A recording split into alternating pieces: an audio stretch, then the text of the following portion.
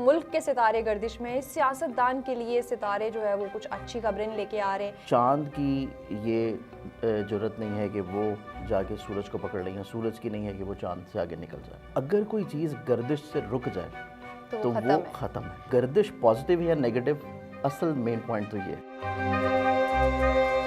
Month of September میں اور month of اکتوبر کے سٹارٹنگ پہلے 15 دن میں دو بہت ہی خوبصورت پلانٹری پوزیشنز بن رہی ہیں۔ وینس جب بھی یہاں پہ آئے گا اور اسپیسیفکلی وہ بہت اچھی پلیسمنٹ میں ہوگا کسی بھی چارٹ میں، دن میں چند ایک یوگ جو ہیں بڑے خوبصورت ہیں، جو بہت زیادہ فیمس لوگ ہوتے ہیں، بہت زیادہ زندگی میں کامیابی حاصل کرتے ہیں، عروج حاصل کرتے ہیں، ان کی زندگی میں یہ مہاپرش یوگ لازمی ہوتا ہے۔ زیادہ بچیوں کی کالز آتی ہیں، میری بہنوں کی کالز آتی ہیں، تو سب سے بڑا مسئلہ ان کا ہے شادی کا، شادی نہیں ہو رہی یا شادی ہو گئی ہے تو بات کے بہت زیادہ مسائل ہیں۔ وینس جب اپنی اچھی اور خوبصورت پلیسمنٹ میں آئے گا تو آپ کا تعلق چاہے کسی بھی زوڈک سائن سے ہو، جب وہ زوڈک سائن آپ کا لبرا سے ہم لوگ چیک کریں گے تو آپ کو زندگی میں کامیابی اور بلیسنگز دلائے گا۔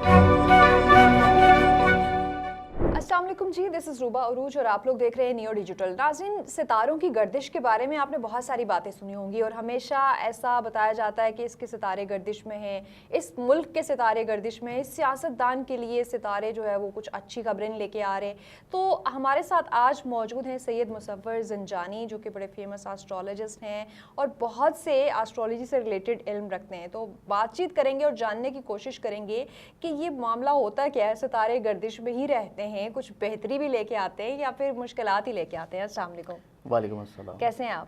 اللہ کا احسان۔ آپ کے ستارے اسٹیگننٹ ہیں یا پھر گردش میں ہی ہیں؟ دیکھیں، اس میں ایسا ہے کہ پوری کائنات جو ہے وہی گردش پہ، اللہ تعالیٰ نے پورا جو نظام کائنات بنایا ہے اور اس کو ہمارا جو اپنا سولر سسٹم ہے اس کو اللہ تعالیٰ نے قرآن پاک میں بڑی خوبصورتی سے بیان کیا جی کہ چاند کی یہ جرت نہیں ہے کہ وہ جا کے سورج کو پکڑ لیں، سورج کی نہیں ہے کہ وہ چاند سے آگے نکل جائے، کیونکہ اللہ تعالیٰ نے پوری کائنات کو ایک محو گردش بنایا ہوا ہے، ہر چیز نظام زندگی چل رہی ہے، اور جب اللہ تعالیٰ کی کائنات کا نظام چل رہا ہے تو اسی طرح ہماری انسانوں کی زندگیوں کے بھی نظام چل رہا ہے۔ اب اگر کوئی چیز گردش سے رک جائے تو وہ ختم ہے۔ سو یہاں پہ ایک چیز کلیئر ہونی چاہیے کہ گردش میں رہنے کا مطلب یہ نہیں ہے کہ مطلب کہ آپ زندہ ہیں، آپ چل رہے ہیں، آپ سانس لے رہے ہیں، تو گردش کا مطلب ہے کہ نظام زندگی اور کائنات کا سسٹم چل رہا ہے۔ ٹھیک ہے، اب وہ گردش پازیٹیو یا نیگیٹو، اصل مین پوائنٹ تو یہ ہے۔ جی اچھا، یہ بتائیے گا کہ ہم دیکھ رہے تھے آپ کی بہت ساری پریڈکشنز اور اسپیشلی بہت ایک ٹائم سے آفٹر کووڈ ہی ہم مایوسی ہی دیکھتے آئے ہیں، جتنے آسٹرولوجسٹ ہیں مشکل وقت ہے، یہ وقت گزر گیا تو شاید کچھ بہتری ہو جائے، اس طرح کی پریڈکشنز آ رہی ہیں۔ What do you think? ابھی ہم موجود ہیں 2024 کے آلموسٹ جو ہے وہ لاسٹ ہاف میں سماہی ہے، بالکل ٹھیک ہے، تو کچھ چیزیں بہتری کی طرف جا رہی ہیں، کچھ اچھا سوچنے کی کوشش کریں پاکستانی بھی۔